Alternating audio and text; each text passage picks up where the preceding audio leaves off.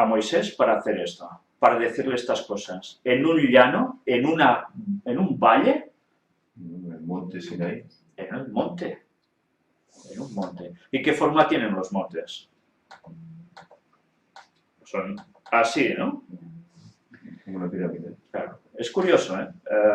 En otros casos vemos como Jesús aparece, por ejemplo, con Jacob en algún lugar, etcétera, etcétera, también tipo montes, Betel, más adelante, pero en este caso es muy concreto, es sobre un monte. Y allí le da copia del que yo te muestro, sino que además le da todo el asunto de mandamientos. ¿Os estáis dando cuenta qué relación tiene precisamente el que se diera en un monte? Por cierta forma, evidentemente. Y además, no solo se le diera una copia del santuario, fijaos, relación monte-santuario, arriba en el cielo, sino además le da la ley. ¿Y qué hay en el cielo? Lo mismo. O sea, cuando Dios eligió este lugar, no lo eligió al poco, mira, me voy a hacerlo aquí. No, sino que ya lo da con una razón, con una motivación. Sí. Por eso, como tú antes decías, el diablo imita. Y el diablo, cuando quería ser adorado, hacía que la gente adorase en lugares altos, los montes altos. Allí hacían sus imágenes a Moloch, a Baal, etc. Allí sacrificaban incluso a sus propios hijos, pero siempre en lugares altos. Igual que Dios está en un lugar alto, el santuario desde un lugar alto, el diablo hace lo mismo. Siempre toma los lugares altos para imitar y contradecir, por así decirlo, la voz de Dios. Y démonos cuenta que precisamente cuando ya mostramos en el tema de puertas dimensionales, cuando Satanás buscaba esta adoración en lugares altos, es porque también hay un lugar de morada de demonios, en ciertos lugares altos, además, donde se manifiestan con más facilidad. También cabe recordar el monte Baal y el monte Gerizim, que son los montes que Dios utiliza para emitir hace subir a 6 tribus a cada monte, y una tribu dice las maldiciones y otra tribu dice las bendiciones, de obediencia o desobediencia. O sea, que suben a los montes más altos de la zona para también como emular el mandato divino, ¿no? Que eso viene de Dios. No solo es porque lo oyeran los que están en medio abajo, ¿no? Exacto. Hay algo más. Sí. Eso mismo diablo en el Ezequiel dice, subiré a las alturas, ¿no? Sí. Es semejante, siempre. Ya nos dice que está en las regiones celestes, ¿no? Estos entes de maldad, ¿no? ¿Quieres decir algo? ¿No? Bueno, no, siempre mover aquí. Pasemos al primer apartado, que creo que es realmente esencial. Y se trata... ¿Sí? No, lo que vas a decir tú. No, dilo. No, que no. Fijémonos cómo precisamente cuando se habla de todo el original y la copia aquí para nosotros, se nos empieza ya a hablar desde un principio en esta lección, y creo que muy acertadamente, de qué sucede en el jardín del Edén. ¿Qué tiene que ver el jardín del Edén con el santuario y con el cielo? No es de la tierra solo el tabernáculo de aquí, sino el de arriba. ¿Qué relación podemos encontrar con esto? Mirad cómo normalmente son detalles de esos que no nos solemos dar cuenta de que a veces textos que están aquí y que dices, bueno, una historieta más, ¿no? Interesante y que te explica algo, ¿no? Vale. Pero no nos damos cuenta de qué relación llega a tener con otras cosas que una vez todo complementado te quedas, madre mía, ¿qué lección se nos está dando aquí? ¿Ángel está deseando decir algo? No, pero claro, es que es como una conclusión, porque ¿por dónde echaron a Adán y Eva del Edén? Echaron por el este, ¿no? ¿De dónde pusieron a los querubines? A los querubines en el este. Si el Edén simboliza el santuario y simboliza un poco como la rotura, ¿no?, de la relación con Dios de entrada, ¿no?, que luego viene Cristo a solucionar, cuando Cristo muere, en Hebreos Hebreos 10, 19, 20 dice que el velo, bueno, su carne es rota, el velo es roto, y nos da acceso al santuario, en algunas versiones, otras al lugar santo, otras al lugar santísimo. Hay 3 versiones que lo dicen de 3 maneras. O sea que si Edén simboliza el santuario y la rotura de la relación con Dios implica salir del santuario, la reconciliación con Dios es volver a entrar al santuario. ¿Vale? Por donde toca, por el este. Pero además, ¿qué nos lleva al santuario? En los textos Hebreos 10, 19, 20 se tengo 2 las manos ocupadas. ¿Alguno tiene Hebreos 10, 19, 20? Sí, me he ido. Ahí está, Antonio. Sería bueno que dijeras algo del este. ¿Lo leo? Aunque ya hablaremos en puertas dimensionales, que es lo próximo que nos toca. Algo del este. Lee Hebreos 10, 19, 20. ¿No? Así que, hermanos, teniendo libertad para entrar en el lugar santísimo por la sangre de Jesucristo, por el camino nuevo y vivo que Él nos abrió a través del velo, esto es, de su carne, y teniendo un gran sacerdote sobre la casa de Dios. ¿Cómo hemos entrado al lugar santísimo? Por la sangre de Jesucristo. ¿Y dónde cayó la sangre? Pues lo digan a Rongo ahí. ¿Vale? Entramos al santuario otra vez, nos vuelve a hacer entrar al Edén por la sangre. Es impresionante. Yo me quedo alucinado con esto. Aparte que... ¿Qué quieres que diga de esto? Di algo del este, di algo del este. Bueno, no sé, digo tú, porque no sé qué quieres que diga, ya ahora estoy cruzado, ya estoy muy emocionado. El este es muy importante, porque por el este entra Jesús. Ahí es. Ah, vale, era eso. Sí.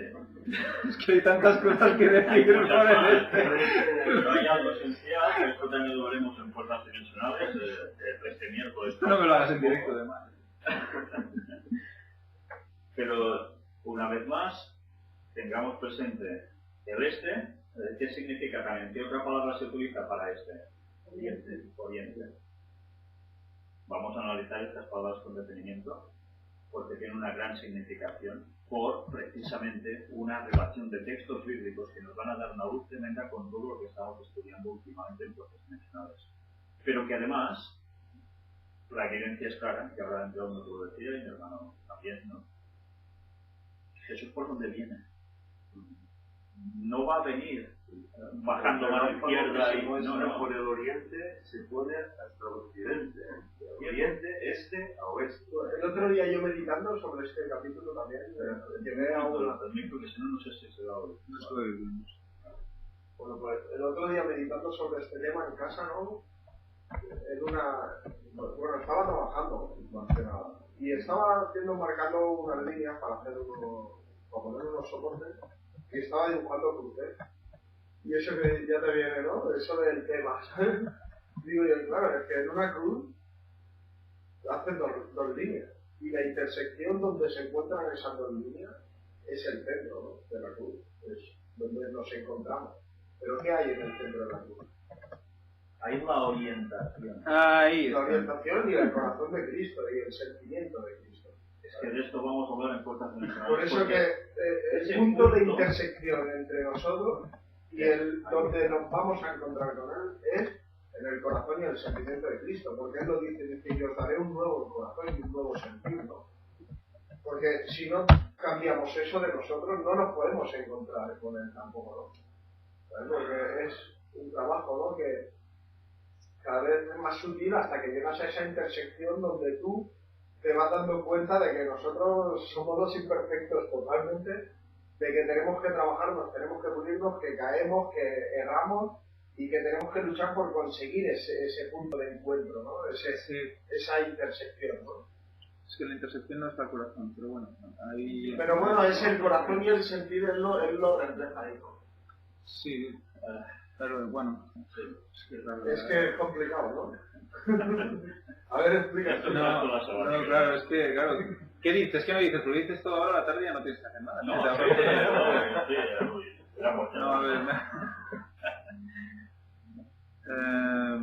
a ver, No, que la palabra orígenes perdón, la palabra orientación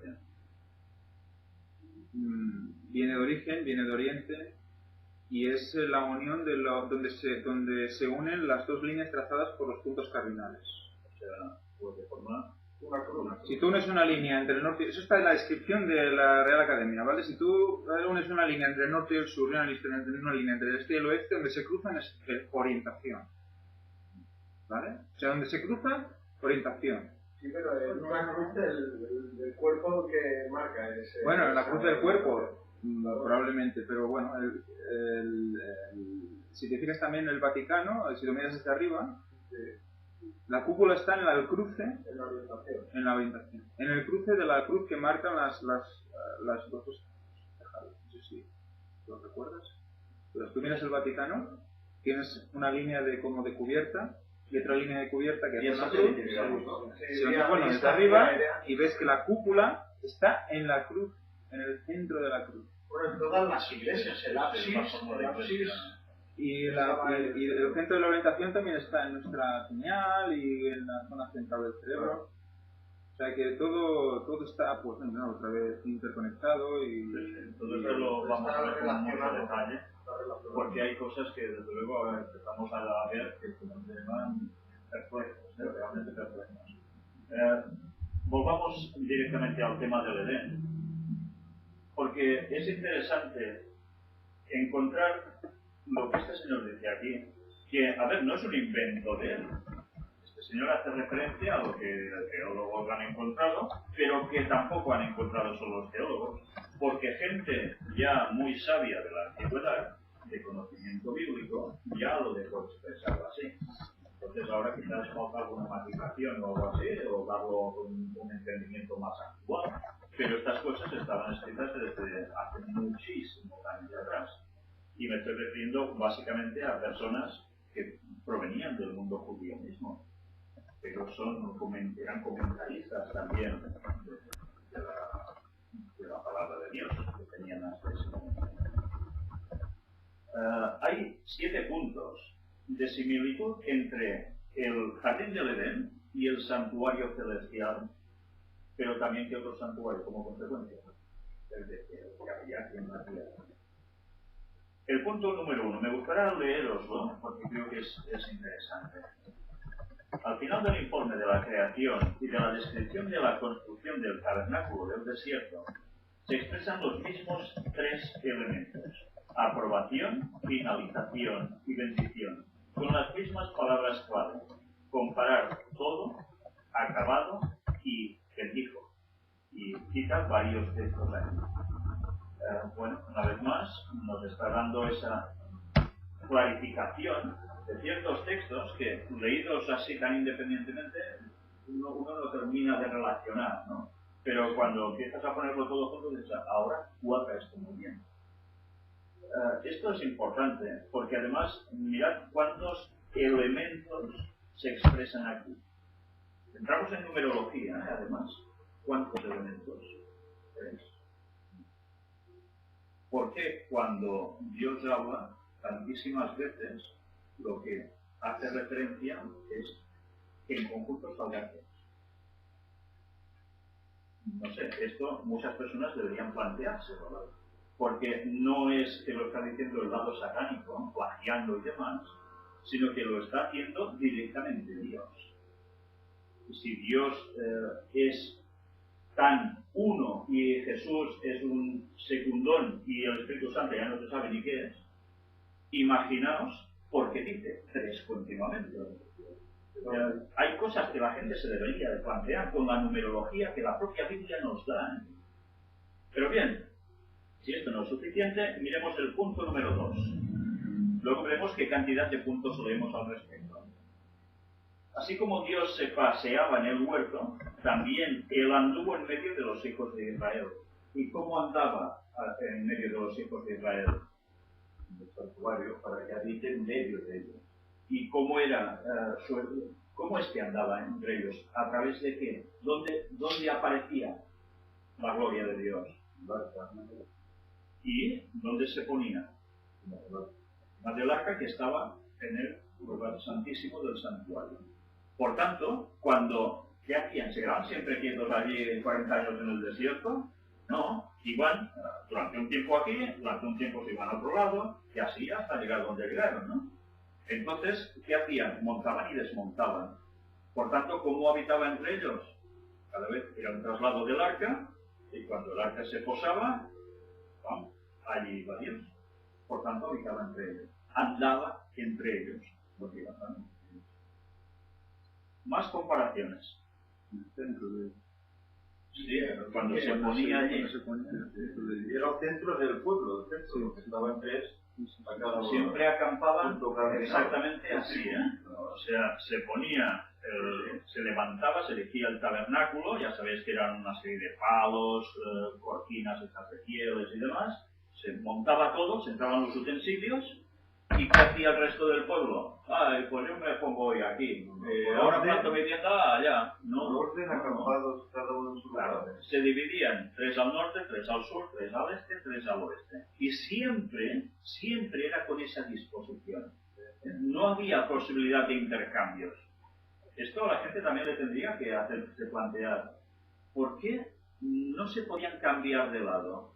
¿Hay alguna relación con las constelaciones en esto? Pues de esto también hablaremos en puertas dimensionales. Porque veréis qué cosas Dios muestra a su pueblo y tantas veces no nos enteramos. Y a veces es necesario que las personas te digan ciertas cosas para que digas, qué tonto soy, es que yo no me he dado cuenta. Y a partir de allí puedas empezar a tirar del hilo, ¿no? Bueno, pues gracias a Dios que va dando luz a muchas personas y entre todos se trata de coger, seleccionar, mirar todo, comparar, reunir cada vez más piezas y decir, esto es tremendo. No se puede disponer el círculo. No exactamente. Y veremos también por qué. Sigamos. Punto número 3. Adán debía cultivar y cuidar el jardín. Los mismos dos verbos se usan para el servicio de los levitas en el tabernáculo. O sea, lo que hacía Adán era lo que iba a hacer ¿quién? La gente que estaba oficiando en el santuario, los levitas. Por tanto, ya nos está dando un papel de lo que significaba ser levita, ¿no? En cierto modo era un reflejo de lo que se le dijo a Adán. Y por tanto, era un reflejo de lo que la tarea del hombre tenía que servir. Más allá, punto número 4. Imágenes relacionadas con el jardín aparecen por todo el santuario. Se nos cita Éxodo 25, del 31 al 36, Primera de Reyes 6, 18. Hay cosas que luego son utilizadas para las cosas del santuario. O sea, elementos que aparecen en el jardín del Edén aparecen allí, en el santuario. Entonces, una vez más, vemos una relación de cosas que se podían ver, ¿no? ¿Qué más? Punto número 5. Querubines guardaron el jardín. Los querubines se hallaban en el lugar santísimo. ¿Qué había sobre el arca de la alianza? El propiciatorio, ¿no? Ya sabéis que cuando se habla del arca, nosotros, claro, enseguida vemos ya el diseño de todo el arca, ¿eh? Todo, ¡pum! Pero había el arca y la tapa del arca, que era lo que se conoce como el propiciatorio. ¿Y qué había sobre o en el propiciatorio? Esto es interesante porque hay personas que no saben definir a veces si los querubines estaban de una forma, estaban de otra, si se levantaba la tapa y los querubines aún seguían allí o no. Hay gente que aún no lo tiene muy claro. Estaban pegados a la tapa, ¿eh? Era una sola pieza, ¿no? Era de una sola pieza. Pero es el trono. De hecho, el propiciatorio es el trono y la tapa del arca. El arca es como un receptáculo que hay debajo del trono. Entonces, mirad, si había 2 querubines en el arca puestos así, ¿cuántos querubines fueron los puestos en el jardín del Edén, en esa entrada que luego fue salida? ¿No? Dicen querubines, lo dicen plural. No nos está diciendo, pueden ser 800 o puede ser, no nos lo dice, pero cuando ves la correlación de querubines y una espada, ¿no? No, y pensar que tiempo una espada encendida. Pensar que tiempos y medio tiempo quiere decir tiempo, dos El tiempos. plural son dos. Claro, podrían ser dos, igual que tiempos son dos. Siempre se corresponde a la Biblia. Por eso es interesante esta comparativa de textos, porque a veces te dan entendimiento sobre cosas que en un principio no puedes. Por eso dice ojo y no dice ojo. Sí, muy claro. Punto número 6. Así como la creación demoró 6 días y cada día se introdujo con dijo Dios y el sábado lo siguió, hubo 6 secciones iniciadas con habló Dios a Moisés con respecto al tabernáculo, seguidas con una séptima sección acerca del sábado. El paralelismo es tremendo. 6 veces dice Dios, ¿qué dice cuando hace la creación? ¿Qué palabras utiliza? Y dijo Dios. Y entonces actúa. Y aquí, pues, ¿qué hace? Habló Dios a Moisés. Hace esto, sí. O sea, primero Dios habla y lo que hay obedece. Puede ser lo que él forma, que obedece sus palabras, o bien el ser humano, que en este caso era Moisés. Pero además, mirad lo importante. ¿Cuántas veces dice esto? Según la creación, el relato de la creación, son 6 veces, y luego viene el séptimo, que es el sábado. Y según la comparativa con el tabernáculo, ¿cuántas veces le dice esto a Moisés? 6 órdenes, y a la séptima, el sábado. ¿Cuánto será? Punto número 7. El santuario se terminó el primer día del mes primero. El día de Año Nuevo Hebreo, que recuerda la terminación del mundo en la creación. Entonces, ¿cuándo fue creado el mundo? Pues habéis fijado, cuando vais al colegio, ¿cómo os enseñan a contar las estaciones? Otoño, invierno, primavera, verano. Toda la vida.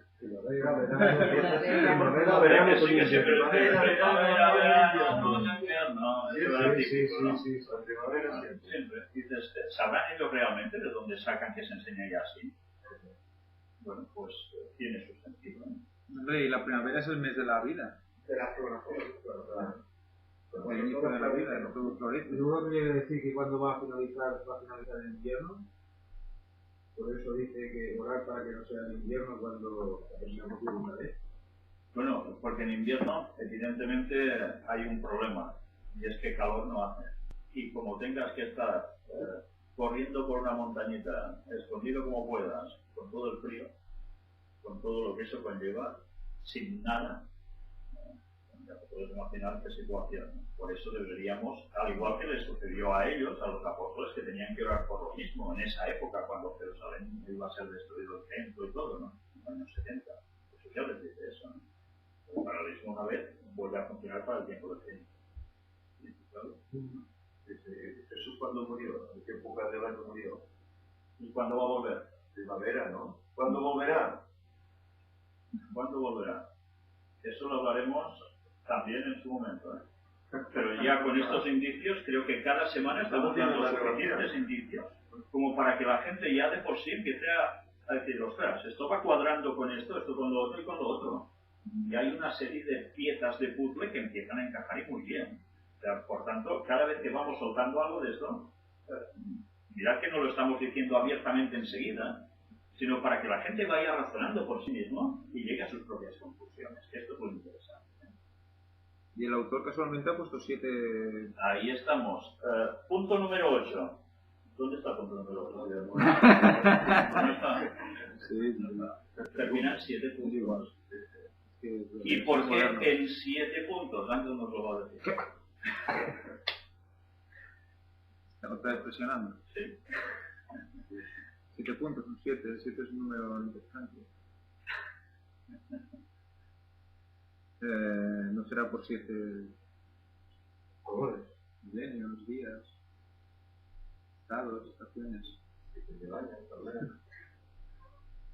Bueno, mirad cómo una vez más seguimos dando pinceladas que creo que cada vez más personas están captando, dándose cuenta por sí 7 mismos. notas musicales. A lo largo de la escuela solática hay referencias a esto. Al día como 1000 años. Hay referencias, ¿no? No quiero decir más. No, yo estaba aquí, yo estaba con el con... micro, Es que ya no sé qué hacer con el micro. Bueno, pues mirad una vez más cómo el 7 se va repitiendo continuamente. Y si sabemos que el 7 evidentemente es símbolo de perfección, porque Dios hizo la creación en 6 días y el séptimo descansó. Pero el 7 forma parte del conjunto de esos 6 más 1. Porque todo lo que tiene que ver así con este santuario nos implica también la misma numerología. Y porque se nos habla tan claramente en las citas de Elena White que después de 6000 años viene Cristo con el reposo de la tierra. Y porque nos dicen los textos bíblicos que para Dios, dice Pedro, un día es como 1000 años y 1000 años como un día. Lo dijo porque es una magnitud que para Dios el tiempo, nada, solo eso. O porque nos está dando una aplicación que sabiendo cómo se originó todo nos dice cuándo volverá. No hay que ser muy listo. ¿6.000 años de vida o 6.000 años de pecado? Todo eso en más detalle en su momento. Pero de momento, a pensar toca en todo esto, porque creo que es para pensar y mucho. Y cada semana que termina, Nos hace referencia hace referencia a la creación. 6 días laborables, séptimo. y que nos está recordando cuándo será el retorno de Cristo. Y en todas las culturas tienen 7 días. Y estos diablos no lo ha podido cambiar, por más que ha querido. Con la Revolución Francesa hay 10 días que fue un fracaso, se tuvo que volver a lo mismo, ¿no? Bueno, pues por algo será que Dios no solo preserva la Biblia, sino que preserva todo lo del siglo. Nosotros siempre. Bueno, luego nos sigue hablando sobre la copia del modelo. Hoy de tiempo, bueno, vamos fatal. Sigue porque Génesis 2, no necesito ser explícito acerca de las semejanzas. Los antiguos las entendían. Por ejemplo, un escrito judío siglo II antes de Cristo pretende que el jardín del Edén fue el lugar santísimo y la morada de Dios. Entonces decía antes, ¿no? Que los antiguos, esto ya lo habían encontrado, no es un invento de ahora. Y bueno, Es que era una conexión del cielo con la tierra. Dios estaba en el santuario celestial, pero también estaba en el santuario terrenal que era el Edén. Allí se manifestaba abiertamente por el hombre, cara a cara, el hombre le veía cara a cara. Esa relación se terminó con el pecado, pero claro, igual que Dios estaba allá, en el tabernáculo del cielo, estaba en el tabernáculo de la tierra que era el Edén. Hasta que llega el pecado y se rompe todo. ¿Y qué pasa con ese santuario que era el Edén? ¿Se queda aquí para que pueda ser contaminado? Según el espíritu de profecía, el Señor lo arranca de la tierra, lo lleva al cielo para posteriormente volverlo a plantar. Y además mejorar. O sea que ya será perfecto. Es que luego no será solo un núcleo, sino que será toda la tierra un Edén, toda ella. No será solo un núcleo. No sabemos lo grande que era el jardín del Edén, pero estaba en un núcleo, en la zona de Irak, donde ahora está Irak, con los ríos, el Éufrates, el Tigris, etcétera, por esa zona, ¿no? Donde escribe la Biblia. Pero claro, era un núcleo, un punto en toda la tierra. Pero es que cuando Él venga, luego el Edén estará otra vez, pero será toda la tierra, Edén. Toda ella. No sabemos si el Edén va a estar en un punto concreto y lo demás va a ser prácticamente la imitación del resto, o va a ser una extensión global, ¿no? Pero realmente que todo va a ser maravilloso, y una vez más el hombre estará en contacto directo con quién. Con Dios. No hará falta esperar, intermediario, no hará falta. Porque ya el pecado no existirá, por tanto la relación podrá ser otra vez cara a cara. Bueno, nosotros tendríamos que mirar cuántos kilómetros hay de la Jerusalén actual a Irak, por ejemplo. Porque la ciudad dice que tiene 2.200 kilómetros de lado. 2.200 kilómetros. ¿Cuánto hay de Jerusalén a Irak? Pues hay. ¿Cabría tal vez? ¿Llegaría? Pues sí, no sé, no lo he mirado, pero lo tengo ahí en la cabeza, ¿no? Que posiblemente tenga una relación también. Luego vamos viendo una comparativa que creo que es necesaria, que nos dé bastante que pensar. Estamos viendo cómo Dios hace cosas y Satanás siempre va copiando. Por un momento vamos a hacer una comparativa, esto también lo pondremos en su momento en puertas dimensionales, porque creo que es interesante tenerlo presente. Por tanto, el Edén era ¿qué? Un tabernáculo. Dios se manifestaba allí entre los hombres, entre Adán y Eva. Y el tabernáculo principal, ¿dónde está? En el cielo. Por tanto, vemos una comparativa. Tierra, Edén, tabernáculo. Cielo, tabernáculo de Dios. Pero Satanás, como siempre, va a hacer sus plagios. ¿Y qué hace Satanás? No consigue hacer que hubiese templos paganos. Hemos visto en puertas dimensionales, además, cómo estaban divididos algunos de estos templos. Y también tenían su lugar santo, su lugar santísimo y un atrio, un patio previo donde se hacían sacrificios. Exactamente, prácticamente el mismo proceder de lo que había en el tabernáculo que Dios le dice a Moisés que tiene que vivir. ¿Y qué templos se erigieron primero? ¿El tabernáculo de Moisés o los templos paganos? ¿Cuáles se erigieron primero? Evidentemente, los paganos. Los paganos. Por eso hay gente que dice, confundidos con este punto, de que, no, los hebreos lo que hicieron, como Moisés había estado con los egipcios tantos años y se sabía todos los intríngulis de los sacerdocios que había por allí, cómo funcionaban, esas artes paganas, mágicas, pues él que hizo, se hizo el espabilado y copió más o menos lo mismo y les coló una religión nueva. Bueno, la Torre de Babel parece que tenía esta forma, ¿no? De eso también hablaremos, porque hay algo, que había algo más en la Torre de Babel de lo que nos imaginamos normalmente, y tiene también relación con el asunto de constelaciones. Pero bien, más cosas. Si había templos paganos primero y luego se levanta el de Moisés, la gente automáticamente, ¿qué dice? Moisés copia lo de los paganos, porque en verdad es falso todo lo de Moisés, es un montaje.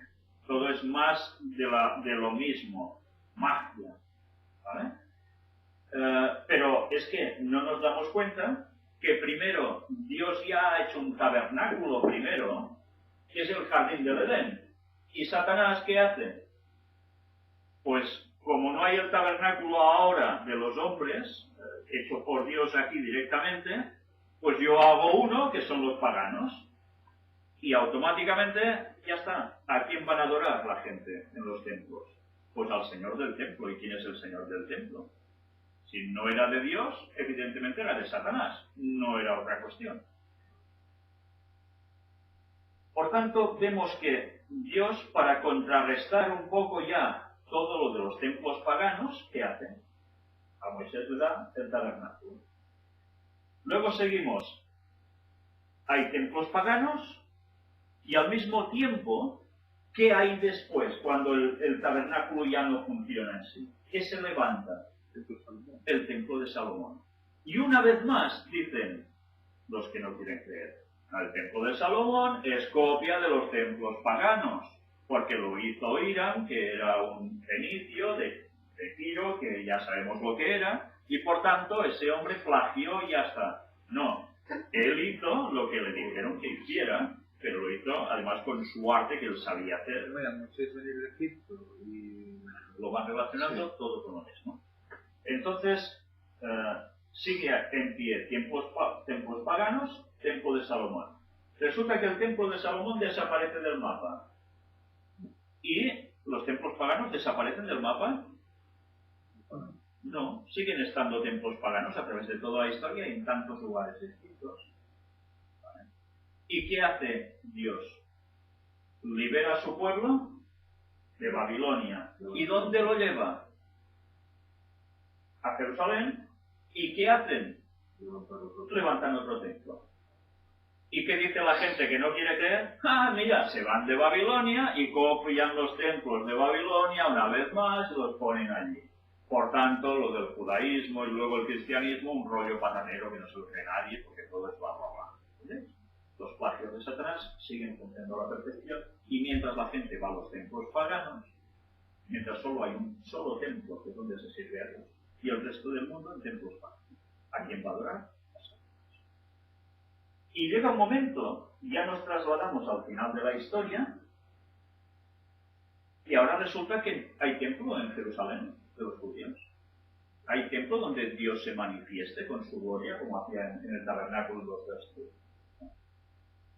Entonces, Satanás, ¿qué dice? Con los templos paganos no es suficiente porque hay una verdad que está saliendo, que no se puede parar. ¿Qué voy a hacer? Pues va a levantar el tercer templo de Jerusalén y además ¿dónde? ¿Dónde estaba lo de los judíos? Por tanto va a engañar a todos los paganos del mundo más a los mismísimos judíos, incluidos los cristianos. Y allí, ¿quién va a manifestar su gloria? Pues va a ser Satanás, no va a ser Dios. Se sentará en el trono de Dios haciéndose pasar por Dios. Aunque esto es aplicado al sistema del anticristo, del sistema papal de todos los años, tendrá una consumación personalizada en el mismísimo Satanás haciéndose pasar por ¿quién? Por Jesús.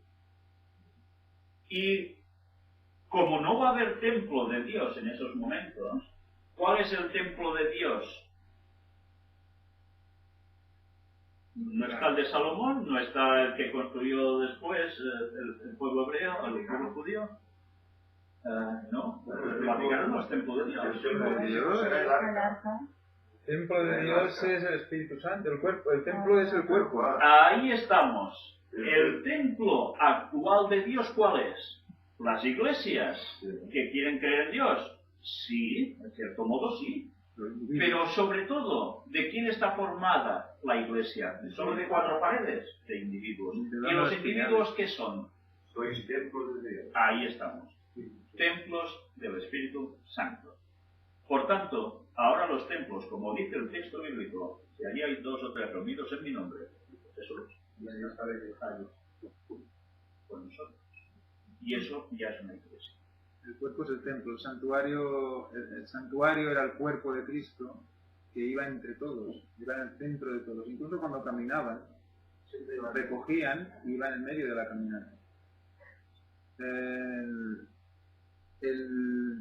El templo estaba también en Jerusalén y luego tenemos el hecho de que nuestra mente, nuestro cerebro tiene en el centro del cerebro tiene la conexión con Dios. Otra vez el templo es el cuerpo. Es como si el mismo templo, el mismo santuario tuviera todas las connotaciones de un cuerpo humano, que es lo que hemos visto en las conferencias. Nos está diciendo todo el rato que ya no hay templo, que ya no adoréis un templo, que es nuestro cuerpo. Una iglesia es un punto donde te reúnes. Y el problema es que se ha confundido la iglesia estructura, la iglesia de ladrillo, con el templo. Se ha confundido el templo, el santuario, con la iglesia de ladrillo. Y es lo que está, con ese juego está jugando la iglesia católica también. Una casa de Dios para todas las naciones. Venid todos aquí y entráis reunidos. Y cuando dijo que levantaría el templo en 3 días, se refería al mismo, ¿no? Se refería a él, a su cuerpo. Entonces, pero eso tiene más connotaciones. Sí, pero luego ahí está el tema del sacerdocio. Aquí yo creo que también lo que hay que diferenciar es que nosotros debemos ser sacerdotes para entrar en el templo. Que no lo dice, vosotros sois real sacerdocio. Cuidado con esto. Lo comenté en un curso que hicimos de nada, de 20-30 minutos, pero es que cuidado con esto porque es muy importante. Tenemos que ser sacerdotes. ¿Qué hacían los sacerdotes? ¿Cómo se consagraban los sacerdotes? Porque como hemos visto en Hebreos 10:19, vamos a entrar en el santuario hasta el fondo a través del velo. ¿Quién entraba en el santuario?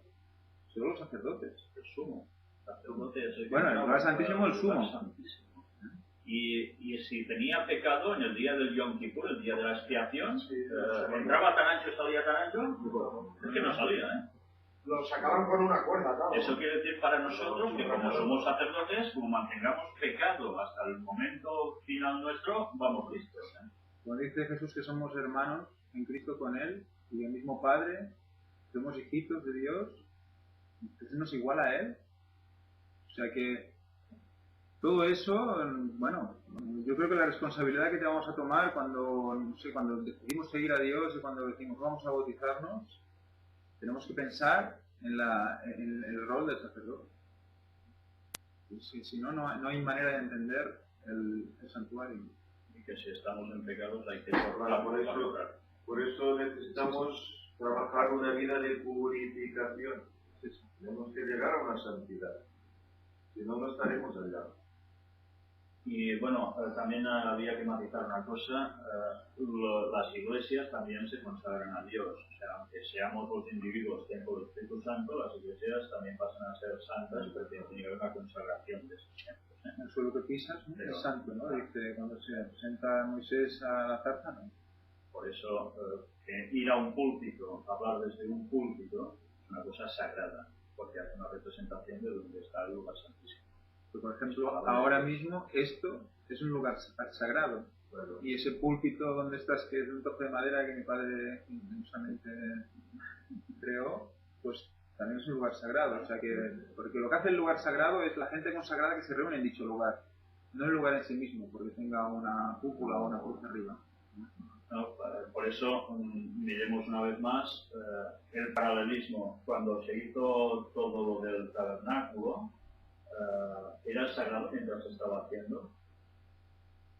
Iba a ser sagrado, pero aún no lo era. Y llega un momento en que Dios lo manifiesta como sagrado, purificado totalmente con su presencia. Pues de eso deberíamos también aprender en las iglesias. Por eso en las iglesias no hay que ir haciendo el tonto, o cuando está la gente congregada, saltando, brincando, niños corriendo por aquí, niños por allí, la gente vociferando, sino que tiene que haber una reverencia, y de eso tantas veces no se esconde. Es lo que sucedió con el segundo templo levantado después de Babilonia, que no tenía la belleza ni el arca que tenía el primer templo que hizo Salomón, pero ¿qué pasó 500 años después? Alguien apareció allí. Apareció el sacerdote, el sumo sacerdote universal, el único, Cristo mismo, con su presencia santificó aquel lugar. Y estaba, por las profecías estaba predicho así. Por eso ese segundo templo fue superior al primero. Exacto. Porque aunque no lo era físicamente, Jesús apareció allá. Pero hemos visto en los plagios satánicos que ellos van a levantar tercer templo por orden satánica, todos embaucados. ¿Y Dios qué va a hacer después de todo esto? Cuando este 7 se haya cumplido, este proceso del 7, ¿qué va a hacer después el Señor? Baja con sus redimidos la Nueva Jerusalén. Y en la Nueva Jerusalén, ¿qué pasa? ¿Qué hay en la Nueva Jerusalén? Pues la presencia de Dios. Por tanto, va a ser el tabernáculo de Dios con los hombres. Y el Cordero. Dice Apocalipsis que que no habrá tabernáculo como tal, como el que entendemos, sino que será Dios y el Cordero, el mismo. O sea que toda la Nueva Jerusalén es el tabernáculo. Mirad una vez más, ¿quién empieza con el asunto de templos? Dios, en el cielo. Y en la tierra.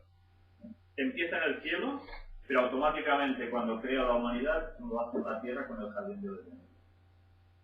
Eso es la base. Y el plagio satánico es la consecuencia de que ve algo y dice, pues yo lo copio para mí porque yo quiero ser adorado en esos templos. Quiero ser como Dios y llegar al trono de Dios. Sustituyendo, que Él quiere mandar. Y por eso nos damos cuenta en este breve repaso que hemos hecho comparativo, que es pim, pam, pim, pam. Las logias masónicas que son un templo, ¿no? Las columnas, las iglesias que ya sabéis de gran denominación, católica, que son imitaciones de lo mismo. Y el Vaticano ya lo hemos visto que era, ¿no? Más claro imposible. Y los políticos.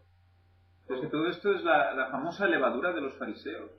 O sea, recordad cuando Cristo dice que no os fijéis en la levadura de los fariseos. No os centréis en eso porque es que es el templo en sí, la piedra del templo, la columna, el hecho del templo. O sea, no más allá, no la simbología del templo, sino lo que es el templo en sí.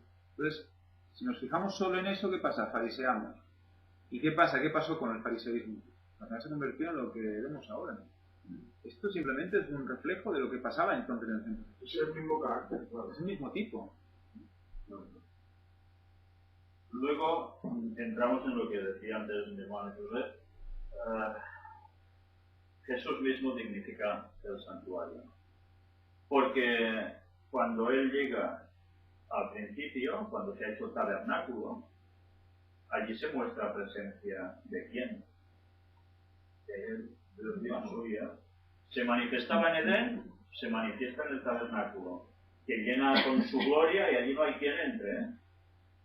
Y luego se hace el templo con Salomón, ¿y qué sucede? Lo mismo.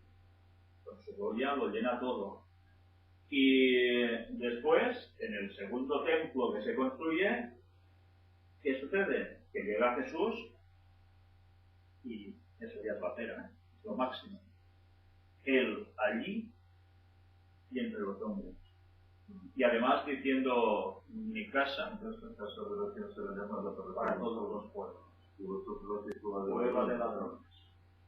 Fijaros en el santuario, el lugar santísimo. Imaginaros el lugar santísimo cuando dice que baja la gloria de Dios y se pone encima del arca. Salud que baja de la nube y atraviesa el arca, el lugar santísimo. Cuando vemos la relación cuerpo-templo en las conferencias, imaginaros el cuerpo humano y encima. Y si eso es Jesús, es la cabeza. Y Jesús estaba conectado con Dios íntimamente.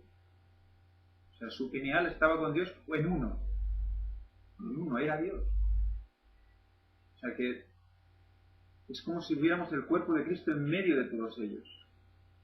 Como estuvo luego entre nosotros en vida terrenal, y como ahora está en nosotros, en nuestra mente también. O sea que todo el rato es el mismo paralelismo. Y luego simbológicamente también, porque te das cuenta de cómo la forma de distribuir era también una representación del cuerpo de Cristo. Por eso, estaba diciendo, en el segundo templo también se manifiesta la presencia de Cristo, y ahora que no hay templo, ¿sobre qué se manifiesta la presencia de Cristo? Ya no se manifiesta. En el fruto. Es necesario que yo me vaya para que os envíe a quién. Al Consolador. El Espíritu Santo, ¿qué os dirá el qué? Pues todo lo que Él había enseñado, Jesús, más cosas aún. Lo va a hacer recordar y aún dará más conocimiento. Y el Espíritu Santo queda ¿dónde? Vosotros sois cuerpo del templo, los creyentes del Espíritu Santo. Por tanto, la gloria de Dios, ¿dónde se manifiesta o se quiere manifestar? En nosotros. ¿Eh? Sí, entra por aquí, sí.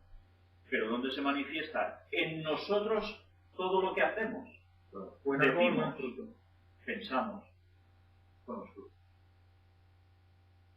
Eso nos debería hacer pensar mucho antes de hacer el tonto pecado. Sí, pero yo, por ejemplo, a mí pecando y dejándonos tocar, por ejemplo. Pecando y dejándonos tocar, porque yo, por ejemplo, yo soy una persona que enseguida noto ese tipo de vibraciones, ¿no? Y hay depende de personas que tienen la manía de tocarte la cabeza. A mí me pone malo.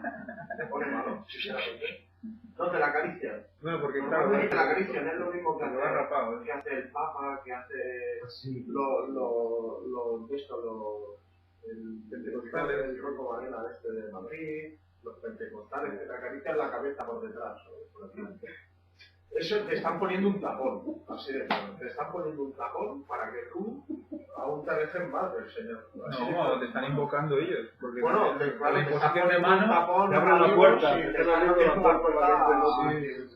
¿Sabes? Pero te la pasan semana- la mano por eso, para la semana ensuciarte, para ensuciarte. Vimos cómo se activaba la Los glándula sucios ellos, pineal. sí. Si está ensucio ellos, te ensucian. La glándula pineal, ¿cómo se activa? Bueno, hay un proceso que yo no quise ni mostrar, porque ya es que solo pensaba Sí, es que esto aquí pero es que otra forma es Dando tu aquí, apoyo. ¿vale? Golpecitos, sí. Hay vídeos en los que salen los que te recomiendan cómo hacerlo, que dicen, bueno, yo es que estuve intentándolo y probándolo y no había maneras, y luego descubrí que haciendo tantos golpecitos aquí detrás, pues la estimulabas y tal. Sí. Lo que vimos en los grabados babilónicos, cómo iba con la piña detrás Se del ponían otro. aquí detrás del cogote. Pero fijaros que era el dios, lo que representaba al dios detrás del que representaba al hombre. ¿Vale? Introduciéndole aquí detrás la piña. Yo recuerdo películas de esto. De no sé cuál ahora mismo, si es Robocop o cuál. O la de Robot, que le metían aquí detrás el conocimiento, el cerebro. Le Bueno, y enchufaban por detrás. en la de Matrix también tiene algo. Creo que le enchufan por detrás también. Pero fíjate, como el dios estaba detrás, o sea, el dios estaba detrás enchufándole al hombre. Para tener su control. Sí, es como un mando a distancia, es como si yo te pongo ahí un mando a distancia y luego cuando lo tengo ya insertado ya te controlo desde aquí. Eres mío. Y en otras películas nos lo han mostrado de un modo más claro, con lo que esto simboliza. Y es que hay una persona y alguien que está allí, que se aparece, es no sé qué, entra en la persona. ¿Por dónde entra? ¿Entra por delante? ¿Entra por detrás? Y eso aparece en películas. ¿Por qué entra por detrás también? ¿No? Como esa posesión. Dicen que no entienden nada de lo que estamos diciendo. No. No ríais, va, en serio. Tiene que ver la conferencia. Claro, no, a lo mejor la han visto, pero claro, como estamos hablando de posiciones, de cosas y tal, pues claro, cuando no lo ven es complicado. No estáis viendo Estamos viendo los gestos, ¿no? Los demás, claro. A ver, lo que intentamos decir, si viste la conferencia última... Es que se acaba de subir esta misma mañana. Claro, claro. Bueno, pues claro, no habéis podido verla. Los que no la habéis visto, explicamos que la glándula pineal tiene forma de piña, pero se llama pineal, y que vimos se descubrieron unos grabados babilónicos y egipcios, en los que salía exactamente lo mismo, pero exactamente lo mismo, mismas dimensiones y todo, en los que dioses paganos estaban detrás en perfil de hombre y mujer, que había un hombre y una mujer delante de una especie de árbol, y detrás de cada hombre y mujer habría un dios con una piña en la mano encarando al occipital, encima de la nuca, por detrás de la cabeza, en la bien llamada colleja o collejón, ¿no? Bueno, pues ahí intentaba la piña, es como si la piña apuntara a meterse dentro de la cabeza del hombre o la mujer, y nosotros pues lo que estamos asociando ahora es esa idea, ¿no? La idea de cómo al dominar esa glándula pineal, pues somos pues como esclavos de Satanás si nos metemos donde no debemos, ¿no? Pero que al contrario, si la encaramos a Dios, somos sus herramientas en este mundo. Es muy diferente. Y Él habita en nosotros. Bueno, la referencia sobre esta conferencia es la 152b. Bueno, pero segunda parte, no sé si es la cosa. 152.2, sí, no sé exactamente cómo la subí. Y allí vais a ver cómo es la continuación de la anterior, donde vamos sacando todos estos temas precisamente. Por eso decíamos al principio de esta escuela sabática, lo bien que nos viene esta escuela sabática, porque es un complemento perfecto a lo que estamos diciendo allí. Y por eso algunas cosas de aquí no vamos a repetir allí. Pero bien. Luego vamos a ver algo interesante también. Nos dice Elena Guay aquí: todos los que servían en relación con el santuario eran educados constantemente acerca de la intervención de Cristo en favor de la raza humana. Ese servicio tenía el propósito de crear en cada corazón amor por la ley de Dios, que es la ley del reino divino.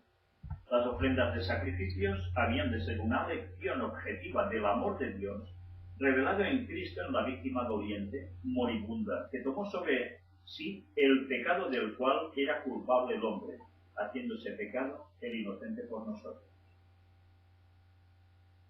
Todos los que iban a oficiar eran educados constantemente acerca de la intervención de Cristo en favor de la raza humana. Si no tenían claro que esto es lo que ellos hacían allí, iban a perder toda la noción de lo correcto, de por qué se hacían esas cosas. ¿Y eso qué era para ellos? La transmisión del mensaje de salvación que tenían que dar al pueblo, de un modo gráfico. Y ¿os habéis dado cuenta que nos dice, las ofrendas de sacrificios habían de ser una lección objetiva del amor de Dios revelado en Cristo en la víctima del doliente? La víctima doliente, ¿no? En la víctima doliente, moribunda. Por tanto, el amor de Dios revelado en Cristo muriendo en la cruz, que es lo que significaba ese cordero que ellos sacrificaban. Pero ahora, una vez más, pensemos con los plagios satánicos. Cristo, ¿qué es? El cordero sacrificado que paga el pecado por nosotros, ¿verdad? Es nuestro sustituto. Él es inocente y muere por nosotros para que seamos salvos. ¿Y el plagio satánico en qué consiste? ¿En qué consiste el plagio satánico de esto? ¿Qué hacían los paganos? ¿Y qué hacen aún paganos actualmente? Hacen sacrificios de animales en invocaciones satánicas para calmar a los dioses, como se hacía antes, y además sacrificando solo animales, personas también, y niños incluidos. Entonces, ¿para qué servían y sirven para estos paganos, incluso disfrazados algunos de cristianismo, donde siguen haciendo sacrificios humanos? Y ya sabéis a quién me estoy refiriendo.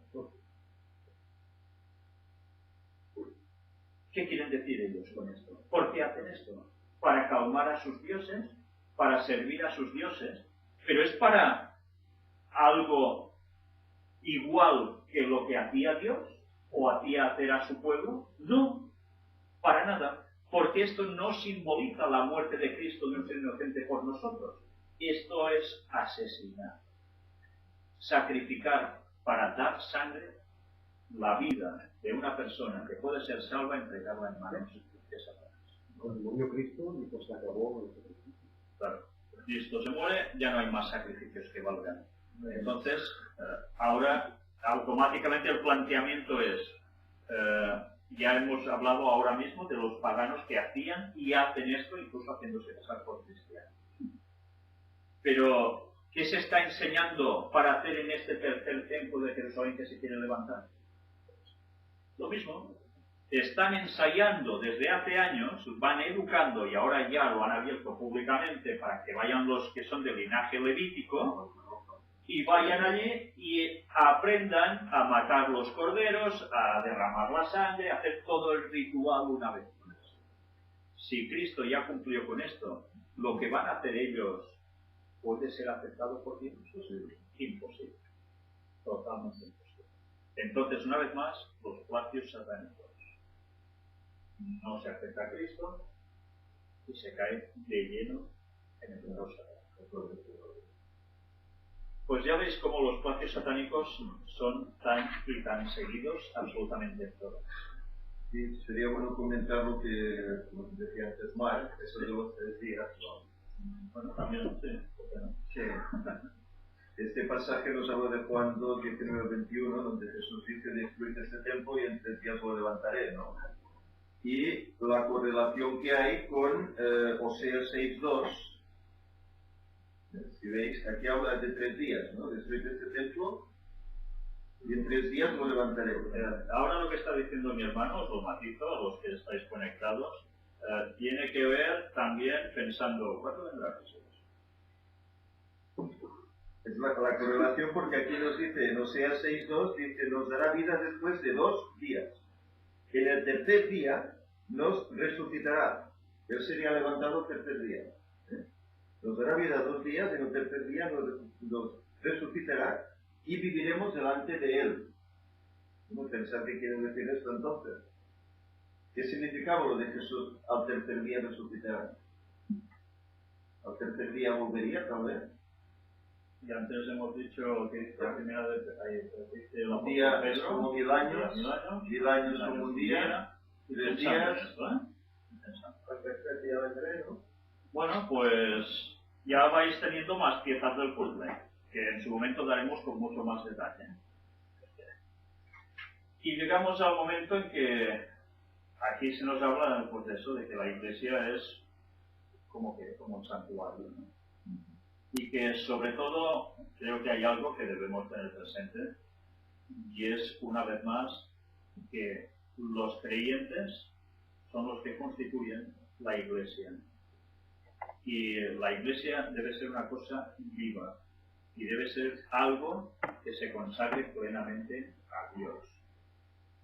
Si nosotros podemos levantar tantos santuarios en este mundo como queramos y no son para adorar al auténtico Dios y hacer lo que Él quiere, ¿de qué sirve todo esto? Pues solo para adorar al otro que quiere usurpar el lugar de Dios. Aquí nos dice, bueno, hace referencia precisamente a lo que hemos de tratar en más detalle, y es que nosotros debemos ser personas que si la hemos pifiado en esta vida, porque uno puede predicar mucho y puede haber hecho pifias en su vida tremenda, pero hay que darse cuenta de eso y decir, pues, eso hay que cambiarlo, no se puede seguir. No puede dar uno la palabra de Dios y estar haciendo el tonto por otro lado. Esto se tiene que acabar, porque nos estamos jugando la salvación, el contacto íntimo que se manifieste Cristo en nosotros. Entonces, esto es para pensar en mucho. Y después nos habla de una nueva creación. Y en una nueva creación, ¿qué se nos dice? Cuando todo haya acabado, nosotros, ¿qué vamos a hacer? Ahora, imaginemos, llega la Nueva Jerusalén aquí, templo en sí, dice que no hay como tal, ¿no? Porque es el tabernáculo de Dios con los hombres, tanto todo es templo. Pero aún así hay algo que Elena White también dice, y es que hay un lugar donde solo accederán los 144.000. ¿Habéis oído esas cifras? ¿Y los otros?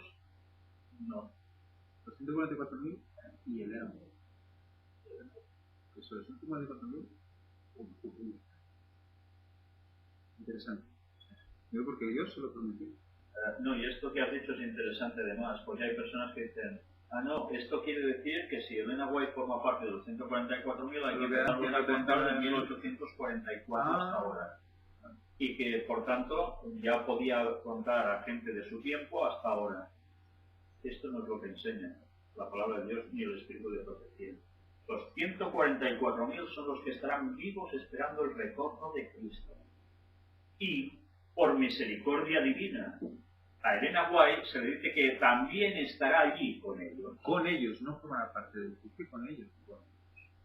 Serán todos como conmigo. un privilegio. Bueno, cuando dice 12.000 de cada tribu, de esto también hablaremos en un momento. Es que sí, no, claro. Tema fuerte. Pero bien, todo esto, ¿por qué lo estamos diciendo? Bueno, pues hay algo que es muy claro, y es que va a llegar un momento en la historia, cuando ya todo haya terminado, que va a haber unos que son los privilegiados especialmente, porque habrán pasado por lo peor de la historia de la humanidad. Y estos son los 144.000. Y Elena White nos dice que pasemos de ser de los 144.000, que no queramos ser de ellos. Nos dice todo lo contrario. Nos dice, procurad ser, ¿de qué? De los 144.000. Y cuando tú analizas en los textos bíblicos cómo son los que forman parte de los 144.000, ¿cómo los describe? Como gamberros que van haciendo daño a la gente, que van pensando mal de los demás, que les ponen... No, son inmaculados. ¿Por qué? Porque han llegado a tener el carácter de Cristo en ellos. El Espíritu Santo los ha transformado totalmente. ¿Son vírgenes? Sí, ser virgen, bíblicamente, no solo es cuestión sexual, es no contaminarse con creencias que corresponden a otras creencias. La gran ramera. Esto lo hemos de tener presente. Pero, entonces, ¿es importante que queramos el de los 144.000? Por supuesto. Pero para conseguir eso, si sabiendo todas estas piezas de puzzle que vamos lanzando, para que la gente por sí mismo piense cuándo va a venir Jesús, no estamos hablando de día y hora, cuidado, ¿cuándo va a venir Jesús? Si nosotros no tenemos el carácter de estos santos del final, no podremos estar en pie cuando Cristo vuelva. ¿Por qué? ¿Podremos resistir la gloria de Dios? No, quedaríamos fulminados como el resto. Entonces, bueno, pues deberíamos pensarlo, porque quedar fulminados como el resto quiere decir que te vas a perder la eternidad. Es que no vale con... Todo esto significa que debemos poner nuestro carácter a semejanza de Cristo. No vale con decir cuando venga Jesús ya me transformará. Sí, sí. Porque la transformación es por la transformación de vuestro entendimiento. O sea, el entendimiento ha de cambiar y llegar a un punto en el cual tú eres un hombre sin pecado. Eso, bueno, entonces, ¿qué hace cuando viene Cristo? Te transforma, pues, tu ser, todo tu ser queda transformado en el sentido de que ya no es más carne, sino que ya eres eso, que no sé lo que es, ¿vale? Que serás luz, etcétera, etcétera. Bueno, no sé qué es. Y nacemos en pecado. Nacemos en pecado, claro. Entonces, Tenemos que ir transformando hasta ser puro. exacto. O sea, lo podemos todo en Cristo que nos fortalece, todo. O sea, todo es todo. Pecado incluido. O sea, cuando ya seamos, si Dios quiere, los 144.000, tenemos que ser puros. O sea, tenemos que haber llegado a la perfección, todo y que nosotros creeremos que no lo somos, porque estamos tan cerca, que nos sentiremos muy lejos, porque es la luz de Dios, ¿no? Y esa es la angustia de Jacob luego también que sentiremos, ¿no? Pero nos enviará el Espíritu Santo para ayudarnos.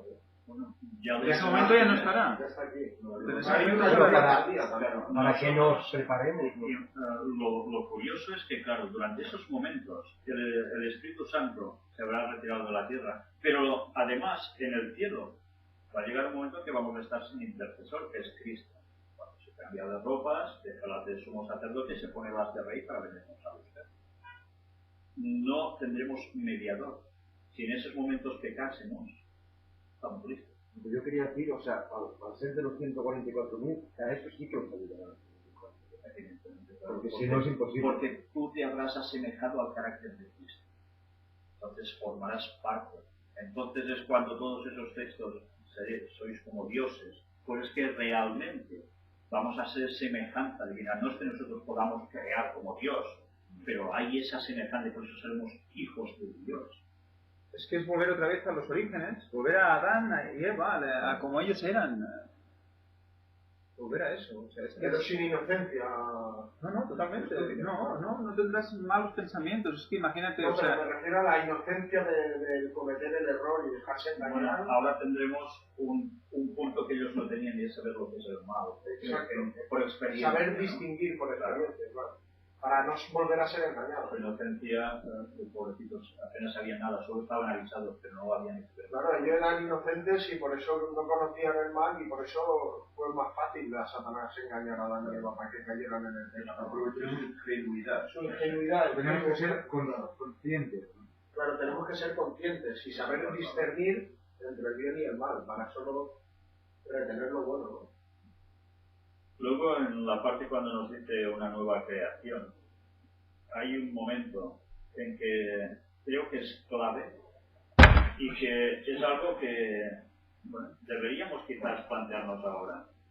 En esta parte del jueves, en la parte de abajo, Bueno, no sé si de arriba queréis decir algo. El jueves, es que todos los jueves no tiene historia. Bueno, aquí habla de la gran multitud, que no son los 144.000, son la multitud de todos los salvos, desde Adán hasta que termina el tiempo de gracia. Y los describen como reyes y sacerdotes. Ajá. Otra vez. Que sirven en el templo. O sea, que todos. Sacerdotes aquí, sacerdotes allí. O sea que debemos estudiar mucho los sacerdotes.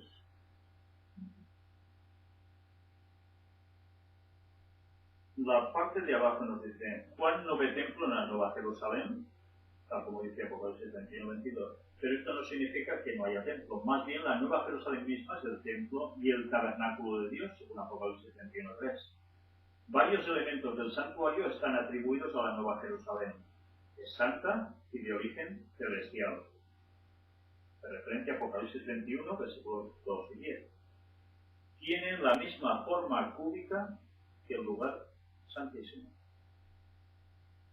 Ya, pero es un cubo. Tiene dimensiones cúbicas, pero forma cúbica, Aquí está. ahí es lo que... Porque siempre se suele pintar como un cuadro, ¿no? Un cuadrado, un cubo. Exacto. Y ahí es donde el Pero- matiz que creo que quizás... Porque dice que Dios está encima de ella y que su luz ilumina toda la ciudad.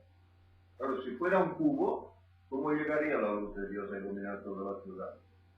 Tendría un suelo de 2.000 kilómetros en sus pies. Tendría que estar en el Porque aire. es igual de larga que de ancha que de alta. ¿Dónde está el trono de Dios en el cielo? Entonces, ¿En un plano bajo? quiere decir que no puede ser cúbico. Como en el monte de Dios te paseabas, o le dice también a Satanás, ¿no? El texto bíblico.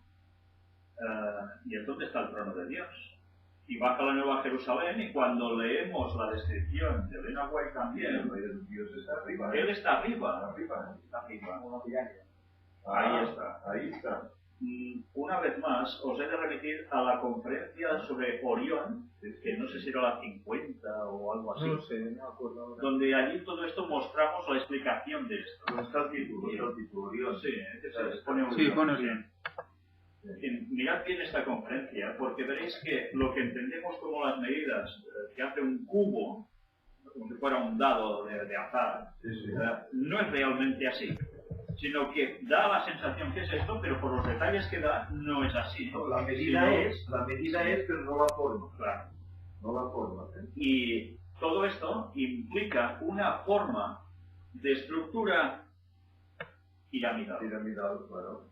Y esto es lo que tiene que dar la comprensión a que Satanás no ha ido poniendo triangulitos y pirámides por allí porque sí, sino porque él está haciendo copia de lo que es arriba, porque él quería el trono arriba y como no lo tiene, se lo va montando como puede aquí abajo para que crean que él está ahí arriba. La 42 es Orión. La 42. Vale. Pues todo esto debemos tenerlo presente. Porque realmente si no entendemos esto, no entendemos todo este gran montaje de Satanás. Por eso la imitación del diablo va a hacer todas estas pirámides. Porque la ciudad de Dios que existe en el cielo es piramidal. Por eso hemos de entender también por qué las pirámides de la tierra, había dos tipos de construcción de pirámides. Bueno, tres prácticamente. Una la vimos en esta última conferencia, la 152, que ahora ya se ha subido, que ya todos podéis ver, que había unas en zonas de Asia, Japón, Corea, etcétera, que son redondas, no son totalmente así, en plan pirámide total, sino que son redondeadas también en su superficie, con círculos, como un monte, ¿no? Sí, como un monte, una colina casi, ¿no? Una colina. Pero que además añaden un detalle, que es que después del círculo, donde termina el círculo, tiene una expansión por aquí así, como cuando miráis las antiguas puertas. Bueno, yo nací en una casa súper vieja, y en esas puertas antiguas, donde tú metes la llave, tiene una cierta forma así, ¿no? De cerradura. De cerradura. Ahora las cerraduras son muy distintas, ¿no? Pero antes eran todas así. Pues es como está hecho el Vaticano, visto desde arriba, redondo arriba Y es eso, porque es una representación pirámide también, visto desde arriba. Y bueno, hay ese tipo de pirámides que os decía ahora, en Japón, en Asia. Hay otras pirámides como son las famosas de Egipto, que son totalmente así, o visualmente nos da la sensación de así, pero no son totalmente así, son escalonadas. Y luego hay ya los figurats. ¿De los figurats cómo son? son así los redondos, ¿no? Son así y van abriéndose en pisos en forma escalada. Como si subieses por una escalera y pudieses bajar por el otro lado. Y los figurats lo interesante es que están escapsados, están descabezados. Porque arriba había... No, en México El loco que todo lo ve. Entonces Satanás lo que hace, sí, estas son las típicas pirámides de México, pero también están en Oriente, o sea, no es solo exclusivo. Entonces, claro, esto ya hace pensar a mucha gente de cómo puede ser que en todo el mundo haya lo mismo repartido y cómo llegaron a nado esta gente de un lugar a otro y cómo edificaron todo esto y se les escapa, porque no entienden nada del proceso de cómo ha ido el mundo hasta el diluvio y postdiluvio. Y claro, de Satanás, ya como no creen en él. Y el diablo dice que, ¿de dónde vienes? De rodear la tierra y andar por ella. Es decir, que no creen en él. toda la tierra. No creen en él, pero lo están adorando. Totalmente, claro, unos directamente y expresamente y otros sin saberlo. Y lo que no se puede olvidar es que el objetivo de Satanás es destruir a los que es la hora de Dios. Claro. Y lo están adorando. La obra de Dios. Claro. Es porque nosotros somos ingenuos. Es que no, inocentes ingenuos. Somos los sustitutos de los ángeles caídos. Cuando el cupo de los redimidos, de los salvados de todas las épocas, coincidan con los millones de ángeles que fueron expulsados del cielo, curiosamente coincide con el retorno de Cristo. Se termina el cupo, o sea, se van no sé cuántos millones, y cuando haya no sé cuántos millones de salvos aquí, se corresponde y se termina todo. ¿Por qué nos odia tanto Satanás? Pues porque entramos con un dorsal en la espalda, sustituyendo a él, que lo hacen fuera del campo. Claro, es que, ¿cómo no nos va a odiar? No lo echan, él mismo se echó también. Bueno, es expulsado porque él quería estar allí, quisiera estar allí, lo expulsan, ¿no? Pero claro, ya veis qué formas pasan, ¿no? Por tanto, bueno, volviendo a este tema, tengamos presente que a veces cuando se hacen estas representaciones tan públicas de la Nueva Jerusalén, pues no, esto es un error. En verdad, deberíamos imaginarnos algo piramidal. Por eso entenderéis todo lo que hemos estado hablando hoy, que ibais un poco perdidos, porque estamos hablando de pináculo, que ya veréis en esta conferencia qué es pináculo exactamente, dónde había un pináculo y por qué. Y veréis también por qué nuestra glándula pineal, por qué hablamos de pinos, por qué hablamos de piñas y por qué Satanás coge esas mismas representaciones, esos mismos elementos y los lleva todos a su lado y todo el mundo cae de cuatro patas. Pues ahora lo vais a entender. En el Vaticano hay una piña enorme. Esto es lo que mostramos en esta conferencia.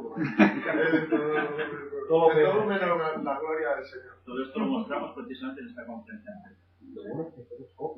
Claro, ahí está. Es copia, plagio de lo que Dios hace y Él, pues como siempre, ¿qué va a hacer?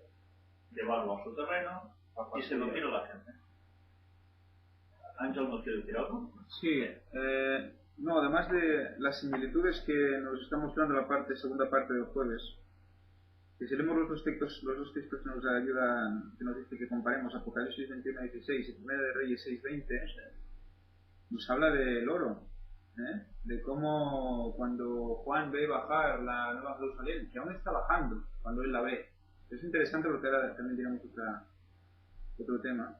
Cuando él la ve bajando y ve que la pirámide, la Nueva Jerusalén es oro transparente, cristalino. Y también en Primera de Reyes vemos como el lugar santísimo fue forrado en oro, como la misma arca. ¿Y qué pirámide se forraba de este modo que parecía oro? Pues las que ahora vemos en Egipto, tan grande y tan bonita, y que antes estaba recubierta de una cosa que la gente veía que era de oro. Brillaba, sí. Satanás, siempre es magia, ¿no? Y luego otra cosa, que si vemos Apocalipsis 21:11, que es uno de los textos que nos hacen leer en la lección, que cuando Juan mira al cielo y ve bajar la Nueva Jerusalén, dice, como piedra de jaspe, diáfana como el cristal. La ve bajando, o sea que la ve de lejos, la ve del cielo bajando. El jaspe, ¿qué color es? Se lo estaba poniendo y no me ha dado tiempo. Y además dice que es diáfana. Jaspe y diáfana. Como el cristal. Porque diáfana vista desde abajo, ¿qué quiere decir? Bueno, ¿ves este colorcillo que sale en las imágenes? Muy, Si alguien, que alguien busque jaspe, los que están escuchando, busquen jaspe en Google, pongan imágenes y veréis qué color os sale. Es un amarillento tal vez. Es el rojo que ves ahí en las imágenes. O sea, ¿lo están viendo ellos? ellos no lo ven, pero bueno, lo podrán, si ponen en Google lo verán. Pero- La cámara, bueno, para grabar sí, pero para emitir no está emitiendo. Vale. No está emitiendo. Bueno. El color rojizo del jaspe es rojo, casi rojo sangre. Y cuando la veo bajar lo veo en un rojo transparente, como cristalino. ¿Recordáis la nebulosa de Orión? ¿Qué color tiene? O sea, que él está viendo cómo está bajando y no lo está viendo en la Tierra, no, la ve cuando está bajando. Y ve el color jaspe rojizo. Y cuando la tiene más cerca, ve los muros del jaspe y lo que viene detrás, la Nueva Jerusalén en oro, en color oro. O sea, rojo y amarillo también. ¿Una bandera de cierto país? Sí. Yo he leído Zacarías esta semana he leído Zacarías y aquí en Zacarías se habla de que Jesús posa su pie en un lugar y se hace un gran baile y allí desciende la Nueva Jerusalén, El actual monte de los Olivos. monte de los olivos de Jerusalén. Una vez más, bueno, y eso debería hacernos pensar de por qué se sitúa allí. No se sitúa en otro lugar. ¿Por qué esa manía en ese lugar? Bueno, porque esa manía tiene una razón de ser. Y todo eso, si habéis visto las cosas dimensionales, esos temas, lo tenéis claro. Es el lugar directo de conexión entre el cielo y la tierra. Bien, luego la parte del viernes, hay una cita que aparece en el conflicto de los siglos que también es muy interesante. Nos dice, el temor de hacer aparecer la futura herencia de los santos demasiado material ha inducido a muchos a espiritualizar aquellas verdades que nos hacen considerar la tierra como nuestra morada. Cristo aseguró a sus discípulos que iba a preparar mansiones para ellos en la casa de su Padre. Los que aceptan las enseñanzas de la palabra de Dios no ignorarán por completo lo que se refiere a la patria celestial. Y sin embargo, son cosas que ojo no vio ni oído yo, y que jamás entraron en pensamiento humano, las cosas grandes que ha preparado Dios para los que le aman, según escribe el apóstol Pablo en 1 Corintios 2:9. El lenguaje humano no alcanza a describir la recompensa de los justos. Solo la conocerán quienes la contemplen. Ninguna inteligencia limitada puede comprender la gloria del paraíso de Dios. Pero además de que esto ya nos deja, ¿cómo será esto? Además, mirad cómo hay personas que tienden a espiritualizar aquellas verdades que nos hacen considerar la tierra como nuestra morada.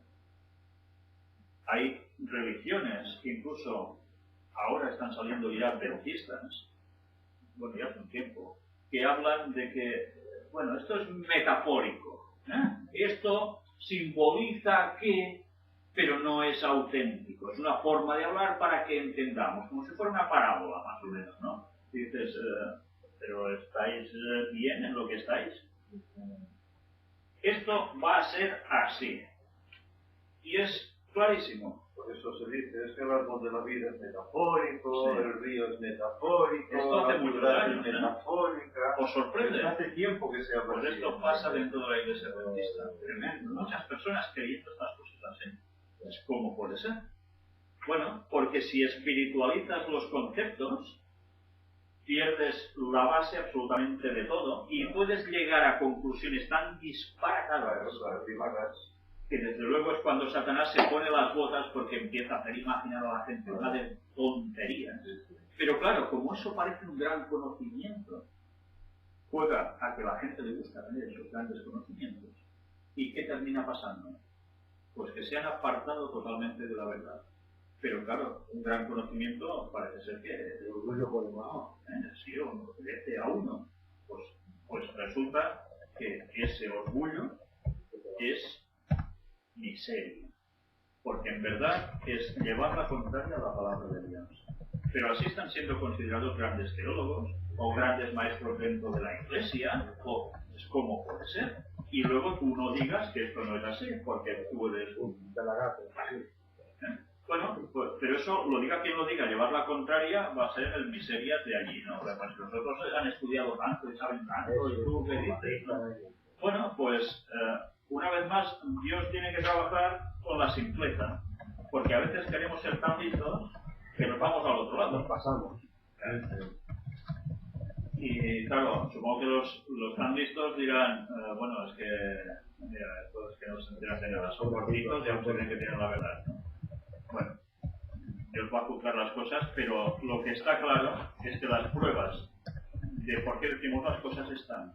No es ciencia ficción o divagar, sino que vamos demostrando las cosas con textos bíblicos, con escritos de Elena White y con todo lo que estamos viendo que acoplamos en todos estos temas.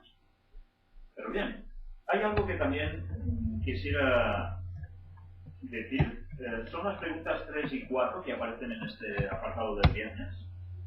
Nos dice, ¿no sabéis que sois templo de Dios y que el Espíritu de Dios mora en vosotros? Si alguno destruyere el templo de Dios, Dios lo destruirá a él.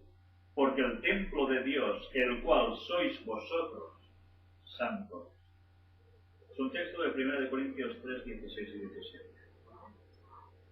¿Qué nos enseñan estos textos y cómo podemos aplicar sus enseñanzas a la forma en que vivimos? Fuerte, ¿eh? El sagrado. Pues precisamente sobre esto va a versar también, no sé si esta próxima conferencia o la siguiente, sobre esta temática que estamos presentando. Porque si nuestro cuerpo es templo de Dios, quiere decir que Dios tiene que habitar ¿dónde? Dentro de nosotros mismos. Si tenemos a Dios habitando dentro de nosotros, ¿vamos a hacer según qué contra nosotros? Porque si vamos en según qué contra nosotros, sea mentalmente o físicamente, espiritualmente en consecuencia, de una forma u otra, estamos atentando contra Dios. Estamos destruyendo el templo de Dios. ¿Y qué nos va a decir? No, muy bien, has hecho muy bien, Marco, toma, salvación. ¿No? Que estás destruyendo su obra en ti. Su presencia. La gente tatuándose, y haciéndose piercing y tantas cosas. Todo, lo que ponemos por fuera, lo que ponemos por dentro, físicamente, mentalmente, a través de todos los lo que vemos, la comida, lo que escuchamos. Incluso en la cuestión religiosa. Tengamos presente que incluso en la cuestión religiosa podemos estar poniendo lo que nos toca. Y de ahí quedamos impregnados de todo lo contrario. Otra pregunta que nos dice aquí es, bueno, medita en esta idea de que somos sacerdotes ahora y que actuaremos como sacerdotes después de la segunda venida. ¿Cuáles son esas funciones para nosotros ahora y cuáles serán ellas después de que regrese Jesús? Ahora ya sabemos que ser sacerdotes, ¿qué? Un sacerdote que hace de una forma digna, santa, y además pero a la vez comunicar. intercede por los demás, un sacerdote intercede por los demás haciendo las cosas. ¿Cuántas veces oramos por los demás? Debería ser algo clave en nosotros, la oración intercesora. Esto que el catolicismo aplica a, mira, le rezas al santo Pancracio, a no sé quién, y a la Virgen de no sé cuántos, y va a ser tu mediadora, o tu mediador, esto no es un papel de unos santos difuntos que estén en algún lugar, sino que es el papel que corresponde a los santos de Dios que están vivos en la tierra. El papel de mediación hacia los demás. ¿Sí? Sí. Sí. La Mónica dice, no entiendo lo que dijo Víctor ahorita sobre lo de la iglesia adventista. Y Jara dice que algunos adventistas se equivocan al interpretar ciertos textos, que todo es simbólico, etc. Dice ella eso mismo. Lo que se interpreta en la iglesia. Dice que no entiende lo que has dicho sobre eso. Bueno, ahí no estoy diciendo en la Iglesia en general, sino de personas dentro de la Iglesia, sean teólogos o gente de cualquier iglesia, de cualquier localidad, que aluden a que cosas que están escritas en la Biblia no es un hecho literal, sino que tiene una simbología y ya está, para que de allí extraigamos alguna enseñanza. Antes mi hermano ha hecho una referencia muy clara, porque además él se encontró de lleno con esto, y hace muchos años, en que se habló sobre el árbol de la vida. Y, ¿sabéis? Vinieron algunas personas con un conocimiento de estos intelectuales, profesores de no sé qué y no sé cuánto, muy bien considerados en toda España, y hicieron una predicación sobre esto, que nosotros nos mirábamos y decíamos, ¿pero qué está diciendo? O sea, bueno, una nueva forma de ver las cosas, que además no lo habían inventado ellos, sino que lógicamente lo habían sacado de otros teólogos y demás, y ellos les acababan de dar la vuelta, ponerlo bonito el adorno y ¡pam!, presentarlo, ¿no? Y bueno, luego mi hermano hizo una predicación, pues diciendo lo que realmente es el árbol de la vida, bíblicamente y con los escritos de Elena White. Más claro no pudo ser. Pero una vez más, todo lo que en verdad podemos extraer de la literalidad de estas cosas, aparte de su simbología, cuando se hace todo tomado espiritualmente, toma unos derroteros que terminas diciendo, pero si es que esto no tiene nada que ver, es que es un invento total. Pero bueno, ahí está. Eso, yo no sé si sucede en todos los países. Yo, claro, estoy viviendo en un lugar donde es una forma de hacer quizá distinta de otros lugares, no lo sé. Pero ¿cuántas veces nos hemos encontrado con cosas de estas? Muchos detalles, muchos. Entonces, esto está sucediendo y supongo que no debe ser solo de aquí. Supongo que debe ser generalizado en toda Europa y a saber en cuántos lugares más, ¿no? Pero bien, es algo que debemos tener como advertencia a lo que nos escribió Elena White. Cuidado con espiritualizar las cosas. Está sucediendo con Daniel 11 los versículos finales. Todo es espiritual. Pues no te enteras de lo que está pasando. Y por tanto no sabes en qué momento de la historia vives ni cuándo va a venir. Cuando se habla de Armagedón, no es espiritual, eso es espiritual. No, será físico, con armamento, Físico y con espiritual. muerte. Porque el espiritual ya lo es. Lo que falta, bueno, y el físico también, pero falta que... Que todo esto tiene enseñanzas espirituales, evidentemente, pero no todo es espiritual. Y esta es la diferencia. No sé si habrá quedado claro. Sí, dice que muchísimas gracias. Gracias a ti por preguntarlo, ¿no? Quizás no nos explicamos bien. Luego, aquí nos decía qué funciones tendremos como sumos sacerdotes en la Tierra Nueva. Servir. Vamos a servir a Dios. Claro, por supuesto que vamos a servir a Dios, ¿no? ¿Y qué más vamos a hacer sirviendo a Dios? El sumo sacerdote, ¿qué es? Es un representante, ¿no?, de Dios al pueblo.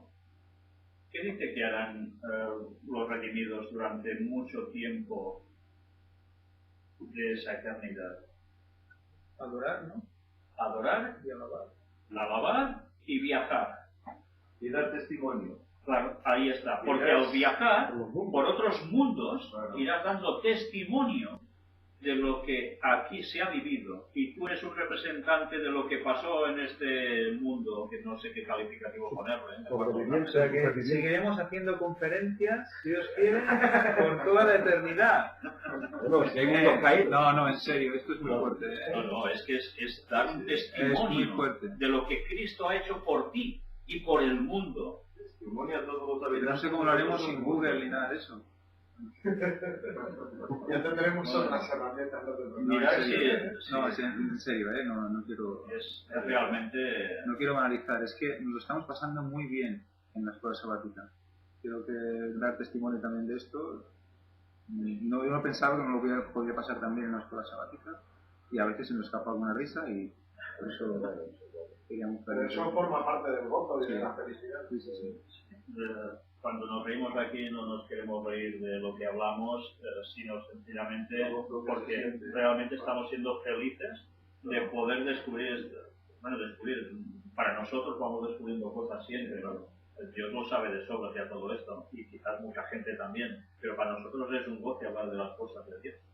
Y poder ir discerniendo por lo que dice uno o lo que añade el otro, cada vez enriquecer. Esto es una escuela sabática. Esto no lo tiene solo una predicación, por eso la riqueza, como decía Elena White de la escuela sabática. ¿Sabéis? Alguien ayer, y lo voy a decir públicamente, me dijo, ¿te has fijado? Me lo dijeron desde México, nuestro buen amigo. ¿Te has fijado? Es que yo aquí no tengo la portada, ¿sabéis? Tengo unas fotocopias y no tengo la portada. ¿Quieres? Sí, gracias. Sí, mira, ideal, ¿eh? Ideal. Que ya no pone lección de la escuela sabática, sino que pone guía de estudio de la Biblia.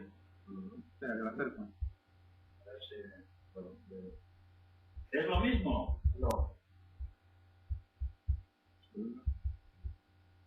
Bueno, a ver, es lo mismo en cierto modo porque está todo basado en la Biblia, ¿no? Pero es lo mismo hablar solo de Biblia que decir la connotación lección de la escuela sabática. ¿Qué tienen las otras denominaciones protestantes? ¿Escuela qué? Dominical. Nosotros escuela sabática. ¿Lo hacéis todos, eh? Vale. Pues bueno, es un detalle que aunque se siga diciendo que la escuela sabática es ya, pero bueno, tengamos eso presente. Hay una gran diferencia entre escuela sabática o una escuela dominical. No es lo mismo estar adorando todos juntos en sábado que hacerlo el domingo. Cambia mucho. Pero bien, aún hay algo más. Nos dice aquí, ¿qué nos enseñan estos textos y cómo podemos aplicar sus enseñanzas a la forma en que vivimos? Ese texto de que es el Espíritu de Dios que mora en nosotros. Pues bueno, de aquí podemos sacar enseñanzas muchísimas, ¿no? Sobre todo de qué hemos de hacer con nuestra vida, con nuestros actos, nuestras palabras, nuestros pensamientos, nuestros sentimientos, nuestra influencia hacia los demás, todo. Luego dice, medita en esta idea de que somos sacerdotes ahora y que actuaremos como sacerdotes después de la segunda venida. Y eso es algo que debemos tener claro, siempre. Cuando se dijo que vosotros sois real sacerdocio, nación santa, pueblo adquirido por Dios, ¿para qué dice el texto? ¿Cómo continúa? Para que anunciéis las virtudes de aquel que os llamó de las tinieblas a su luz admirable. Y eso lo hemos de hacer ahora. Y lo vamos a seguir haciendo por la eternidad. Con una diferencia. Ahora, básicamente, nos vamos a dirigir a la gente que no sabe estas cosas. Bueno, también al pueblo de Dios que ya las sabe, evidentemente, pero sobre todo al que no las sabe. Pero en la eternidad vamos a tener una gran ventaja. Y es que cuando estemos hablando no tendremos ningún tipo de presión, no habrá oposición tampoco. Claro, porque no habrá oposición. Todo va a ser gozo. Y cuando demos testimonio de lo que aquí hemos vivido y que gracias al sacrificio de Cristo y al transcurrir de 6.000 años de paciencia de Dios con la humanidad, muchos hayan podido ser salvos. Y eso lo vamos a compartir con una alegría que imaginaos cómo van a estar los habitantes de los mundos. Qué felices van a estar. Pues ese es un privilegio que tenemos. Y ojalá Dios quiera. Ya sabéis que cuando decimos ojalá, está extraído del árabe que quiere decir quiera Dios, ¿no? Bueno, pues decimos ojalá que Dios quiera, pues bueno, estamos diciendo dos veces lo mismo, ¿no? Y quiera Dios que Dios quiera. Sí. Pues, bueno, ojalá podamos participar de esta tremenda gloria de Dios al hacer esto, compartir lo que Cristo ha hecho con nosotros. Bien, por mi parte nada más, solo seguir diciéndoos que estudiéis la escuela sabática porque vale la pena y sobre todo ahora precisamente en relación con lo que estamos tratando en los temas de las conferencias, porque van totalmente a la par, son un complemento de algo. Y recordaros también de que el próximo sábado hay los bautismos, si Dios quiere, van a ser en Massanet de la Selva, una población de la provincia que está entre Girona y Barcelona, no exactamente a mitad de camino, pero prácticamente. Y si los que me habéis dicho que queréis venir desde otras partes, no ya de Cataluña, sino de fuera en general, de España, pues vamos a dar la dirección.